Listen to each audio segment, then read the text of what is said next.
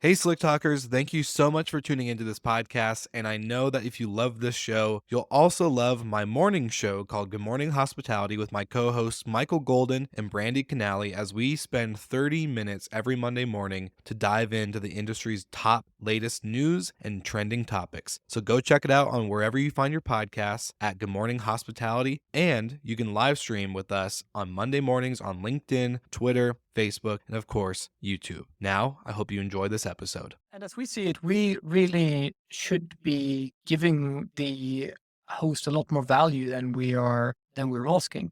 And of course, like we now have enough data to show that overall, depending a little bit on the what end of the market you're in, but if you run something like mid to high end, just the damage that we prevent should easily pay for the product. The problem is that a big rager of a party might only ever happen once every 5 years or something, but then it can be pretty catastrophic when it does, right? So Mhm. it's a bit like an insurance in that you can maybe pay a little bit per month, but then you are reducing the likelihood that anything really bad will happen.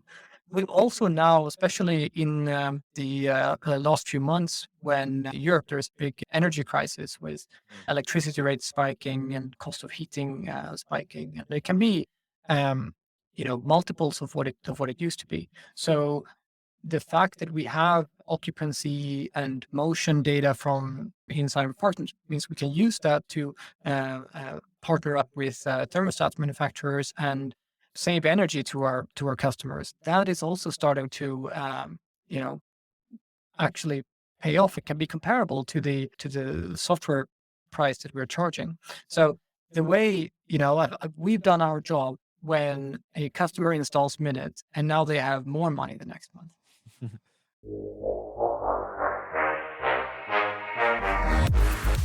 You're listening to Slick Talk, the hospitality podcast, a podcast for those who are in and around the hospitality industry who love, live, and breathe what they do. You can join us for candid and unscripted conversations with hospitality experts and founders as we go deeper into their personal stories while they're sharing their triumphs and trials that got them to where they are today. I'm your host, Will Slickers, and you're listening to an episode of Slick Talk, the hospitality podcast. Now, let's begin.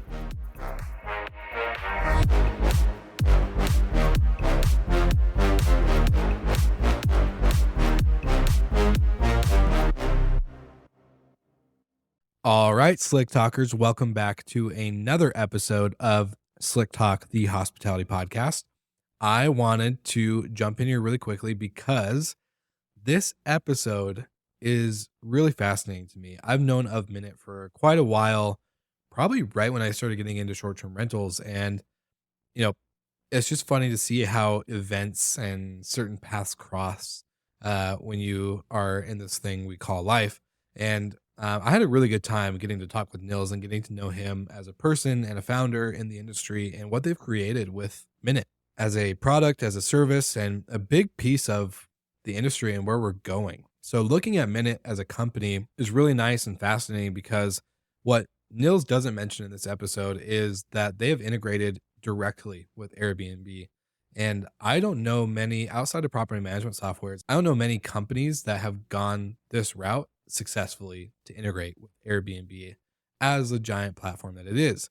So not only do you have Nils talking about their outdoor sensors and the way that Minute approaches becoming part of the business rather than just being a tool that you use as a host or a property manager. So I really love that, but you won't hear us talk about the integration with Airbnb because it just takes time, and that's one of the things that you can't really put a time and date on for announcement until it's officially there. So go check out Minute, and guess what? They are proud sponsors of this podcast, as well as Hostfully and Safely.com.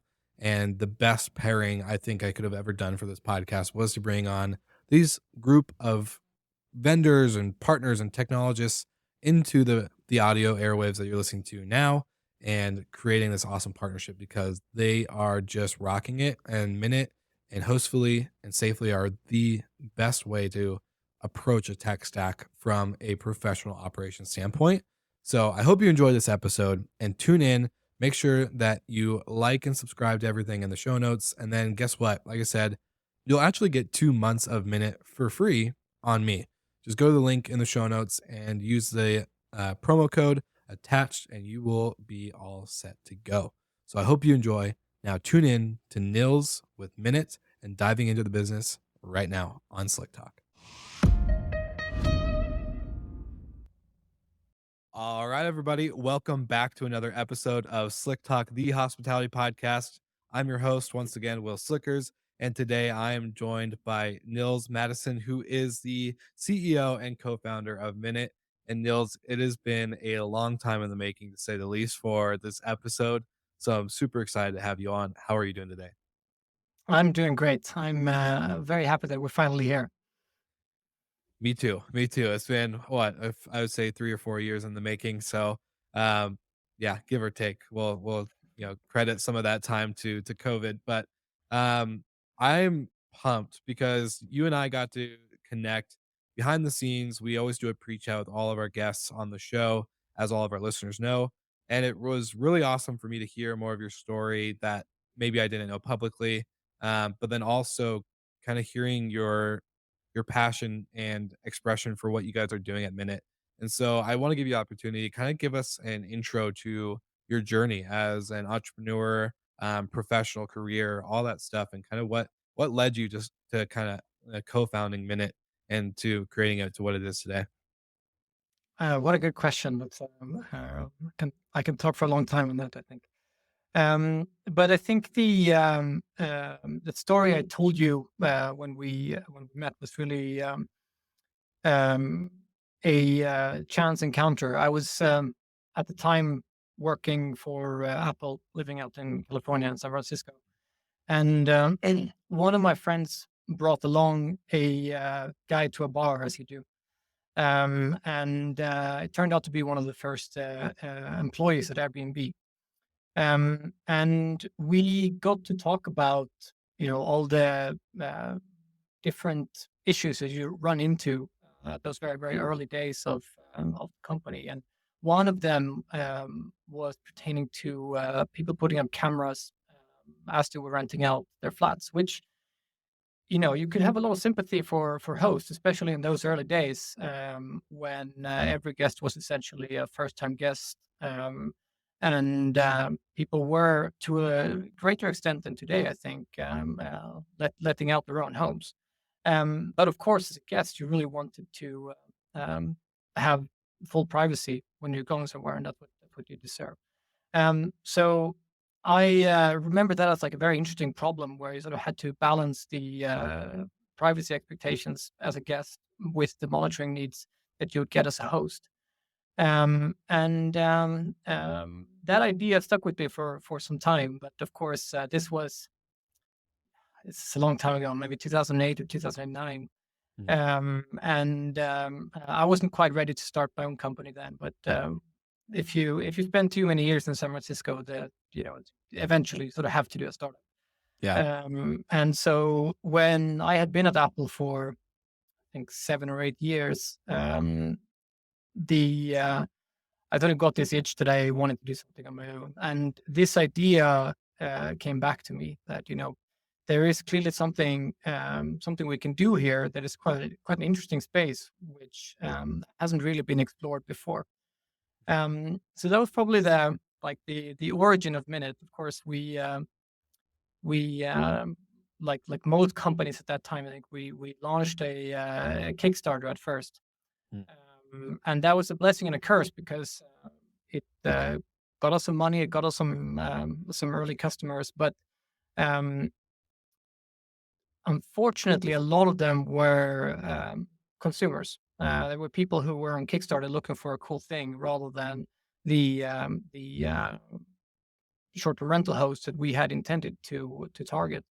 And so we were led a little bit astray there, and focused perhaps a little bit too much on the consumer side of the business. But we've since found our way back, and we're now 100% focused on core hosts and property managers working in short-term rentals.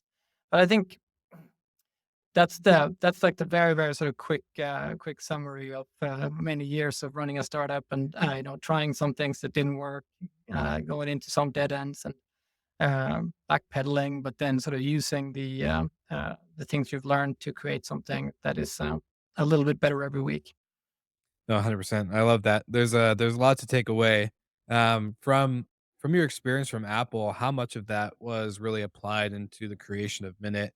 Um, as the brand has grown, obviously, I'm sure it's changed a lot over the years of, from the first starting, of the Kickstarter campaign and everything like that. But, um, what key experience did you take from Apple, that you applied to the company today, and or maybe applied back then and still apply today?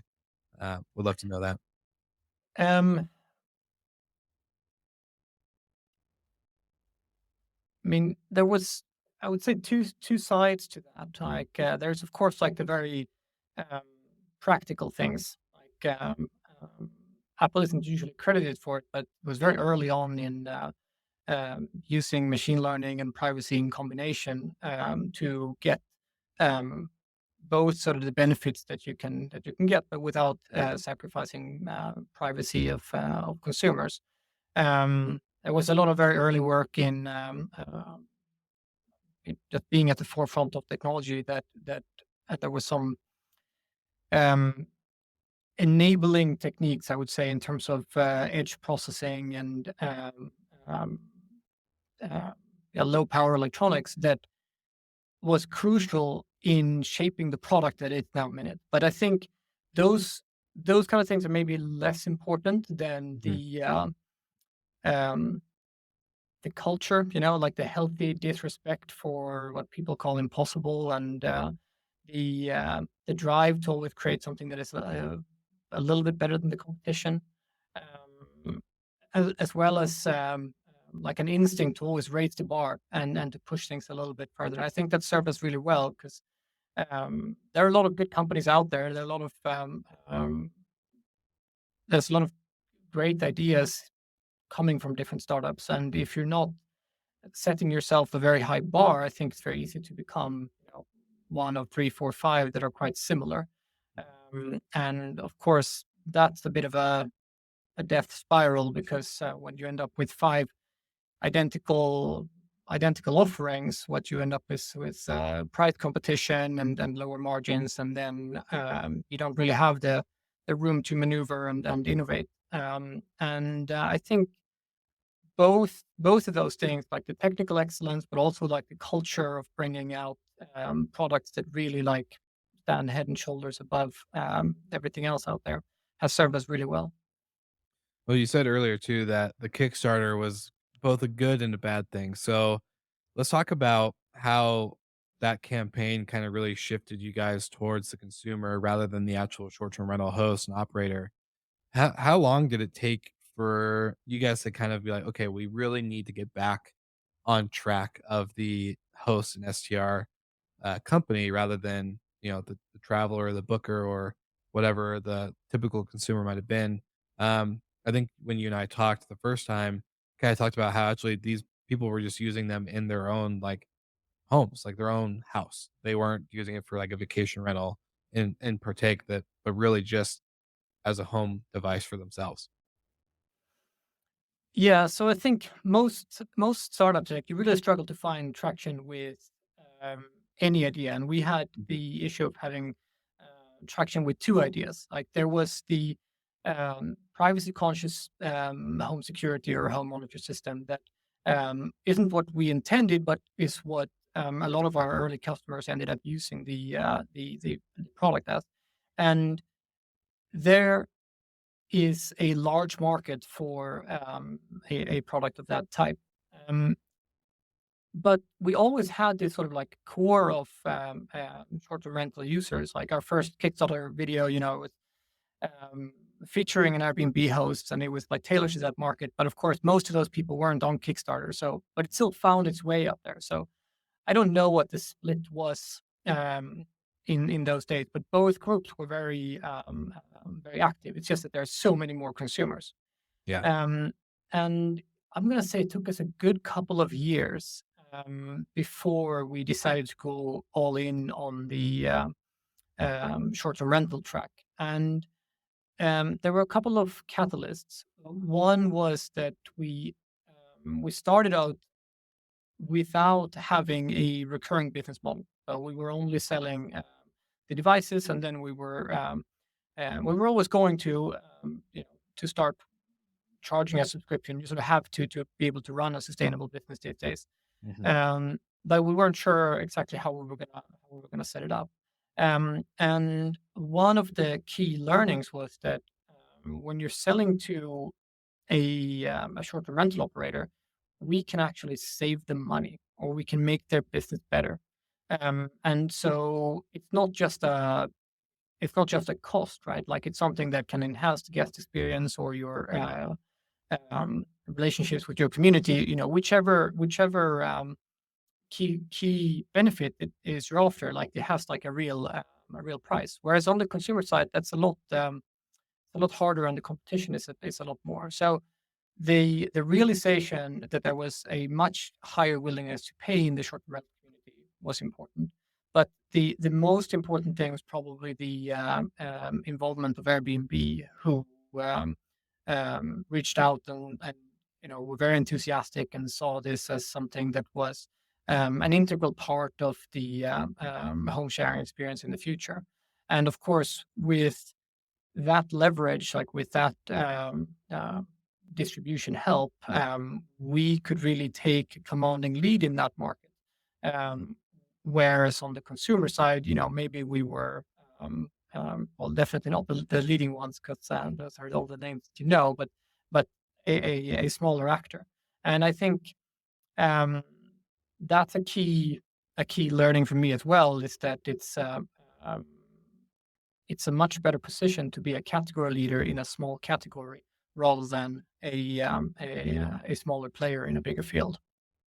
I love that, and that's a really good point. I actually kinda wanna ask, it's like a simple question actually that we probably should have started off with in the beginning, but what is Minute? What is the device? What do you guys do for hosts and operators? Because I know we have a lot of longtime listeners to the show, that probably obviously know who you are because 'cause they're operators, and it's hard not to know who Minute is.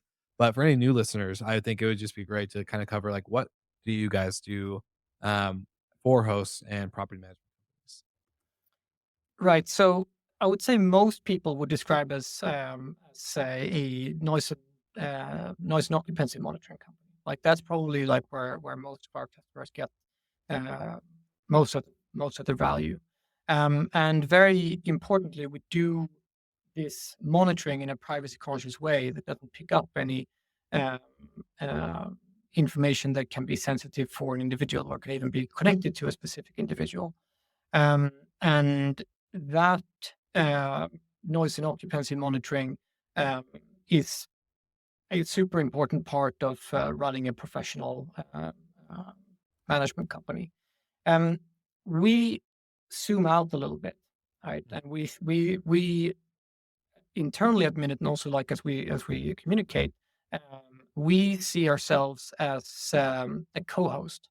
So our mission is to be there for hosts in different types of situations. We're using the noise and occupancy monitoring, which is at the core of what we do, to provide value-added services that can help people run an efficient business. Can be anything from um, data about what's going on in the listings that you can use, for example, to turn on and off heating or AC, depending on whether the guest is there or not.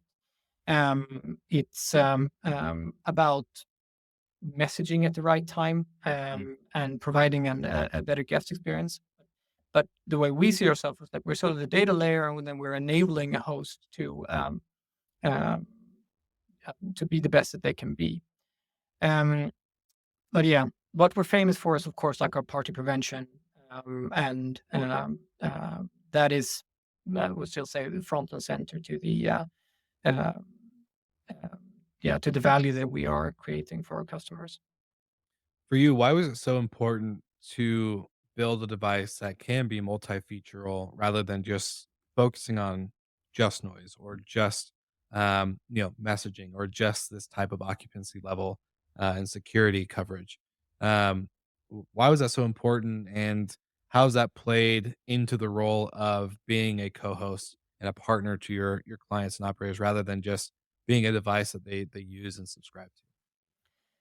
Yeah, it would be a lot easier to just pick one feature and wrap it into a product and sell it. And there are some benefits to that. Um, but I think there are two really good reasons why that's a sort of a technological dead end. And the first is that this system really shines when you get different types of data and you can connect them, and you can create something that is better because you have different data sources. So, for example, take our a combination of noise and occupancy, which we pioneered years ago.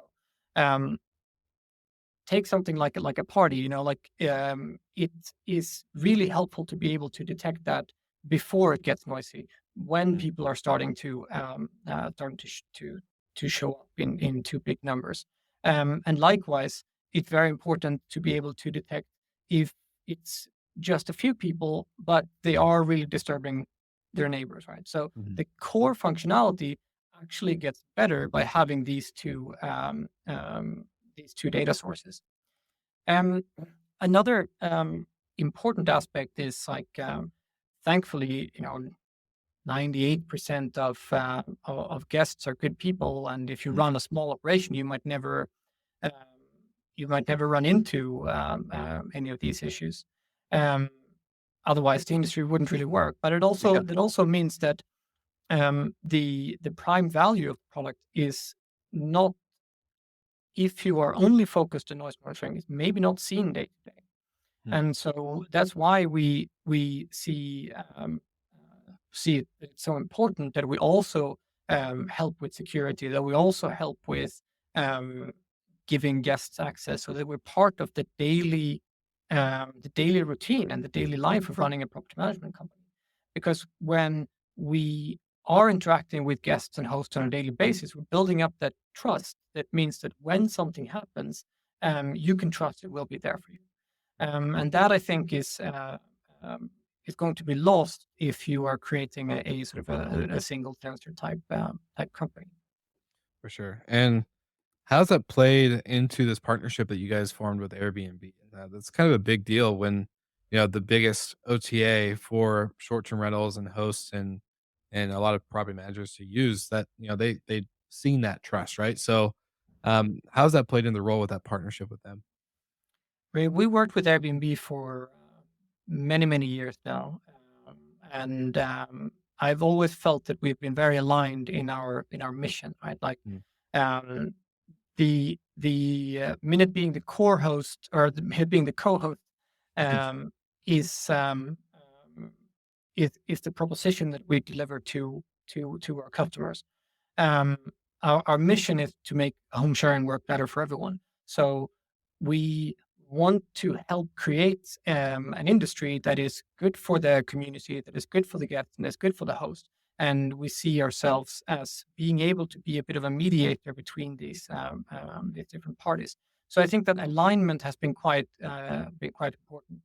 Um, I think the global reach is another one. yeah. Of course, short-term rental is now a global phenomenon. It has like we have customers in over 100 countries already, and of course the phenomenon is even wider than that.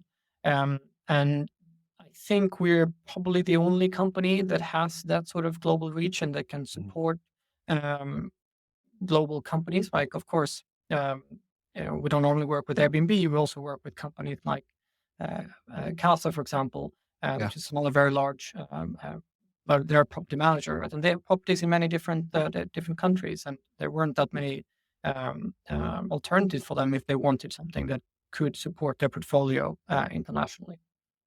No, I love that. And yeah, the way you guys kind of built it to really represent, I guess maybe represent's not the best word, but to really take away that barrier to entry. I think there's a lot of people, if you're going to be international, there's different types of plugins and outlets and all sorts of ways to do it. So the fact that Minute is a simple battery charge away, and you don't like everyone can charge something now. So it's not like it's um, a big barrier to stop people from getting Minute.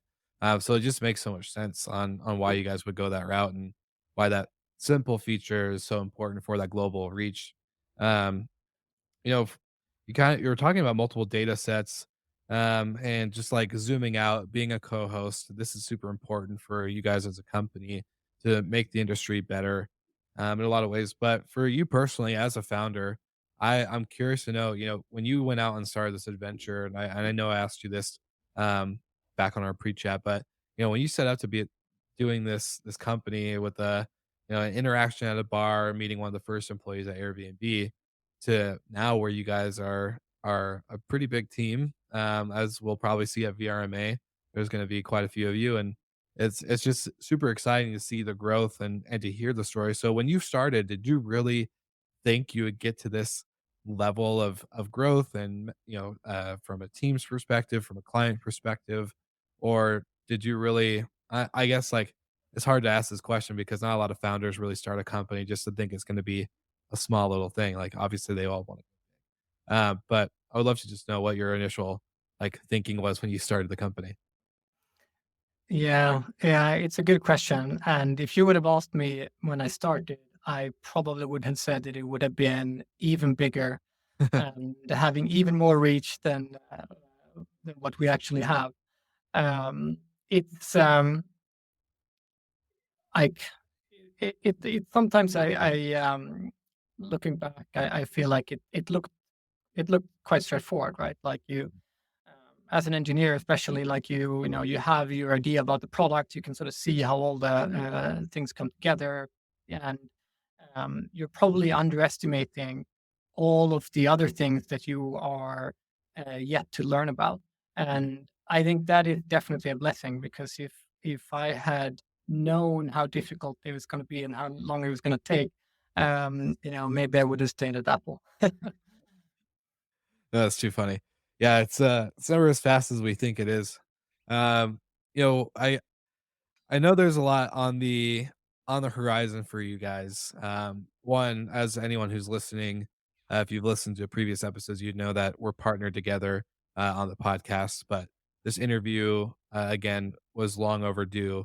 So for a lot of the listeners, give us a sneak peek on, I guess, what's in the works with Minute. Um, Maybe some things you guys have seen the last 2 years. I hate bringing it up, but COVID was such a pivotal part for what the industry has seen from, all the craziness in the early days to then the skyrocket in usage and adoption and the overall consumer. So, what's next for Minute, and what have you guys really seen that's played a big role into kind of your trajectory growth and to the next phase of the company? Yeah, so our next big release is going to be an outdoor sensor, or to be more precise, we're actually making um, all sensors work indoors and outdoors. Wherever you want to place them, you should be able to place them. And this has been a very ambitious project. We could have again made it simple for us and done an outdoor sensor that was an add-on to an existing indoor solution. But we actually heard from a lot of customers that one, those connections are quite frail. A lot of people are only concerned about outdoor noise because that is in some environments what is really traveling to the neighbors and communities. Yeah. So we set out to create a completely standalone sensor that could um, be placed literally anywhere in the world. And a little bit like starting a startup, like you realize after a while that it's a bigger challenge. So one of Yeah. the things that we have ended up investing a ton in is to build our machine learning capabilities so that we can actually differ between different types of noise outdoors. Because it turns out that wind is really really noisy, but you don't want to set off any alarms or send any messages based on that. So we've invested heavily in a machine learning team who has done a privacy conscious sound classifier that can exclude things like wind noise from outdoors and provide customers with I think a much better experience than anything else that is out there on the market today. So that's what's on the immediate horizon, and we're very proud to launch this now in the coming weeks. Um, your question about around COVID, I think that's also like an interesting. It's been a bit of a roller coaster for us, and I Yeah. think for everyone in the industry. Um, we, like everyone in March, we took a quick hit in revenue. Like people were um, not sure about what was going to come next. But for us at Minute, it turned around in really like a matter of weeks, because what Mm. happened was that short-term rental was actually one of the few things you could do with your leisure time, and people were starting to drive to locations when they couldn't fly. So it was this big shift in terms of like where the demand was, and I'm really proud of the industry and the community as a whole to sort of respond to that shift in demand and provide, I think, um, a better experience than hotels had been able to. Mhm. Um, so for us, I mean, that was a bit of an opportunity. There were some things where demand was suddenly very high, contactless check-ins, for example, Yeah. um, and oftentimes the host couldn't go to their properties really even between bookings Mhm. if they were not in the city. And so we built a lot of features around contactless access, security between bookings, Mhm. get messaging that really help like create that workflow that enable hosts to run a more hands-off operation. And that's obviously stuck. Like that's Yeah. something I think is here to stay now. Um, so yeah, COVID was a roller coaster, but Yeah. sometimes you need to do the stress test the system. Well, it's fascinating to me because I think, going from a couple features to then this whole ecosystem that really, like, as we all know, vacation rental managers or even hosts today have such a high cost when it comes to their tech stack. There's so many things to add, especially if you're not just relying on Airbnb. If you are relying just on Airbnb as a solo platform and maybe a couple smart locks and maybe if you're savvy enough to add some dynamic pricing software on the back end. But, outside of that, most people usually get a PMS. They add all these extra things that go into it. So that 25 or 20% commission they're taking from the revenue is just going down and down and down. So the fact that you guys have created this whole ecosystem of features and workflows that really tie into the operators day to day, limiting that increase of having to buy more products, I think is super smart because, um, I always joke there's always that big piece of pie that everyone's trying to take from, but when it comes to the property manager's piece of pie, it's a very small piece, and then you got everyone else putting their fork in it, trying to take it. So it can get very costly. So uh, just want to say kudos, I guess, to creating an ecosystem that really does limit that one sliver of pie being decreased into a smaller and smaller fraction. Yeah, and as we see it, we really should be giving the host a lot more value than we're asking. Yes. And of course, like we now have enough data to show that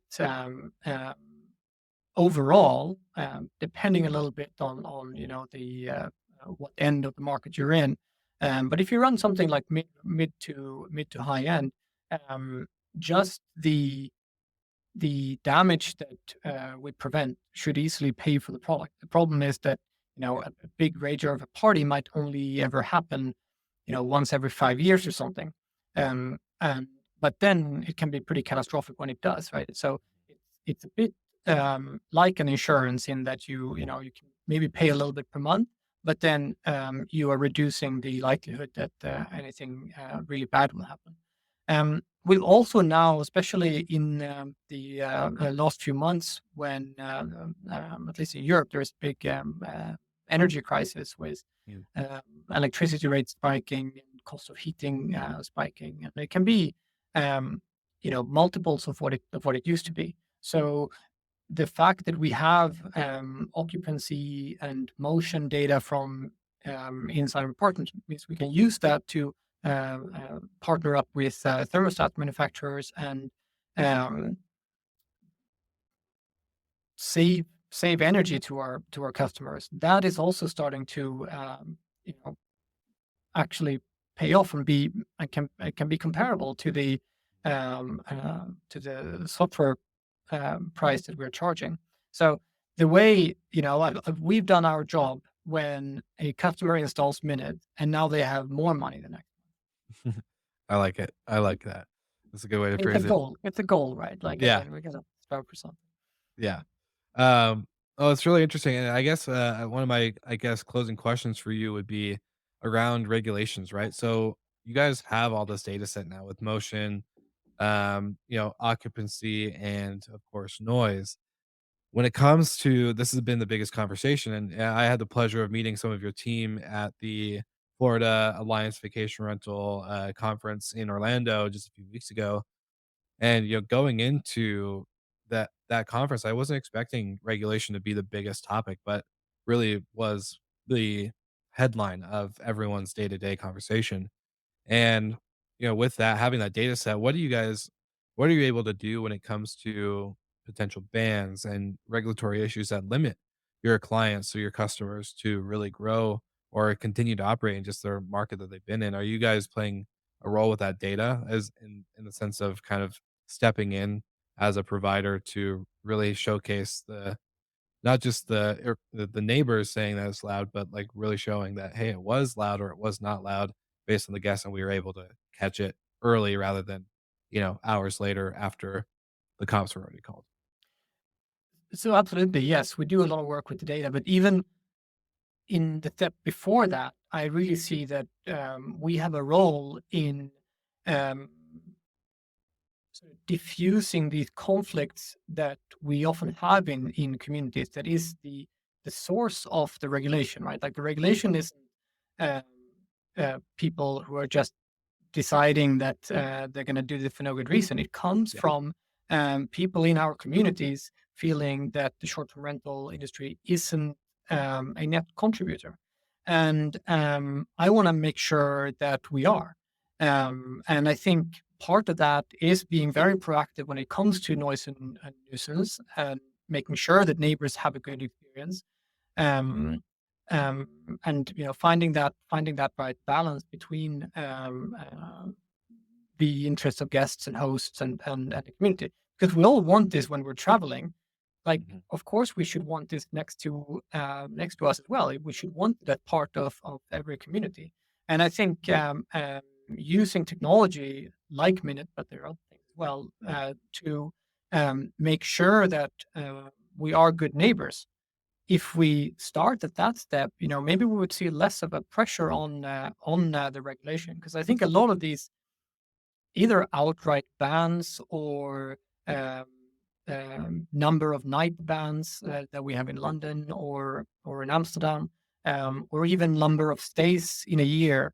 Like um, they're very bad instruments to solve something, right? Like if you rather say, okay, what are the things that people are complaining about, and it's typically, and I should say then that like people in the community, it's Mhm. typically noise and nuisance that comes up, and then to an extent, it's house prices that may be a bit harder Yeah.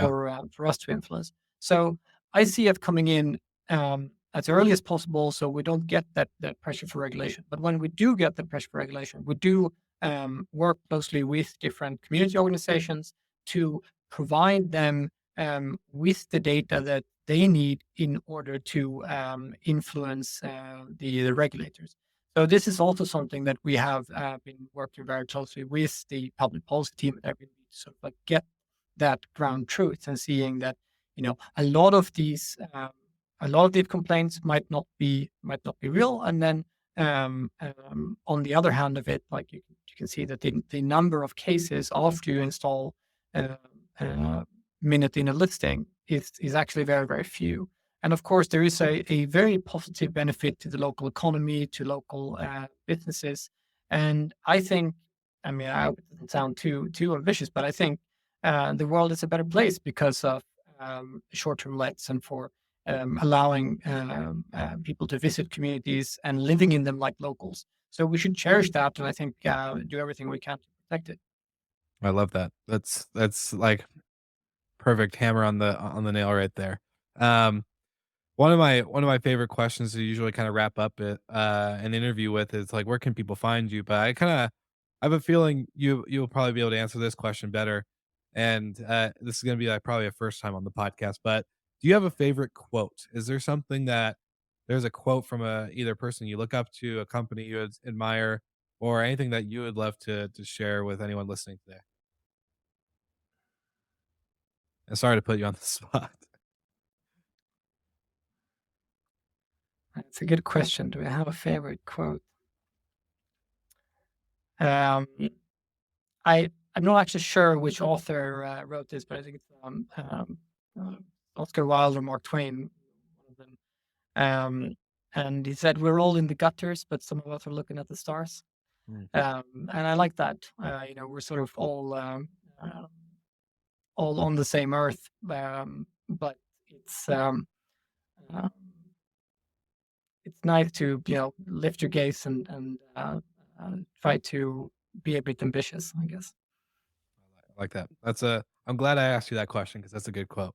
So now for the actual final question, where if you have anyone that's maybe first time listening, or wants to get to connect with you more or learn more about Minute, where can they go? What's the one link you would send them to if we could point them in that direction?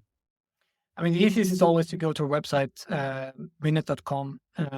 There you can buy our products. You can learn more about who we are and what we do.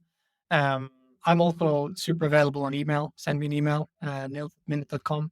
I love hearing from customers and partners, so don't be shy. But yeah, go to our website, check out the offering. If you're an Airbnb host, you can also find us with the community center. So there are many ways. If you have managed, if you're a short-term rental operator and you haven't been able to find us, let me know, and I'll make sure that we add some marketing in your end of the world. I love that. Well, Nils, it's been so good to hear your story and hear, just everything behind the scenes with Minute and what you guys are building and how you've built it. It's been inspiring. I think that quote was one of my favorite parts. I love that type of perspective and thinking around, we're all in the gutters, but some of us choose to look up and look at it at a better view than what's maybe right at our feet. And so no, that's a great way to end it. And I just want to say thank you for being on the podcast today and looking forward to working with you and the team more and seeing you at BRMA.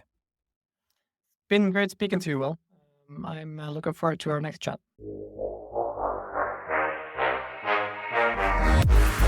Thank you so much for listening, and thank you to our show partners for making Slick Talk, the hospitality podcast, possible.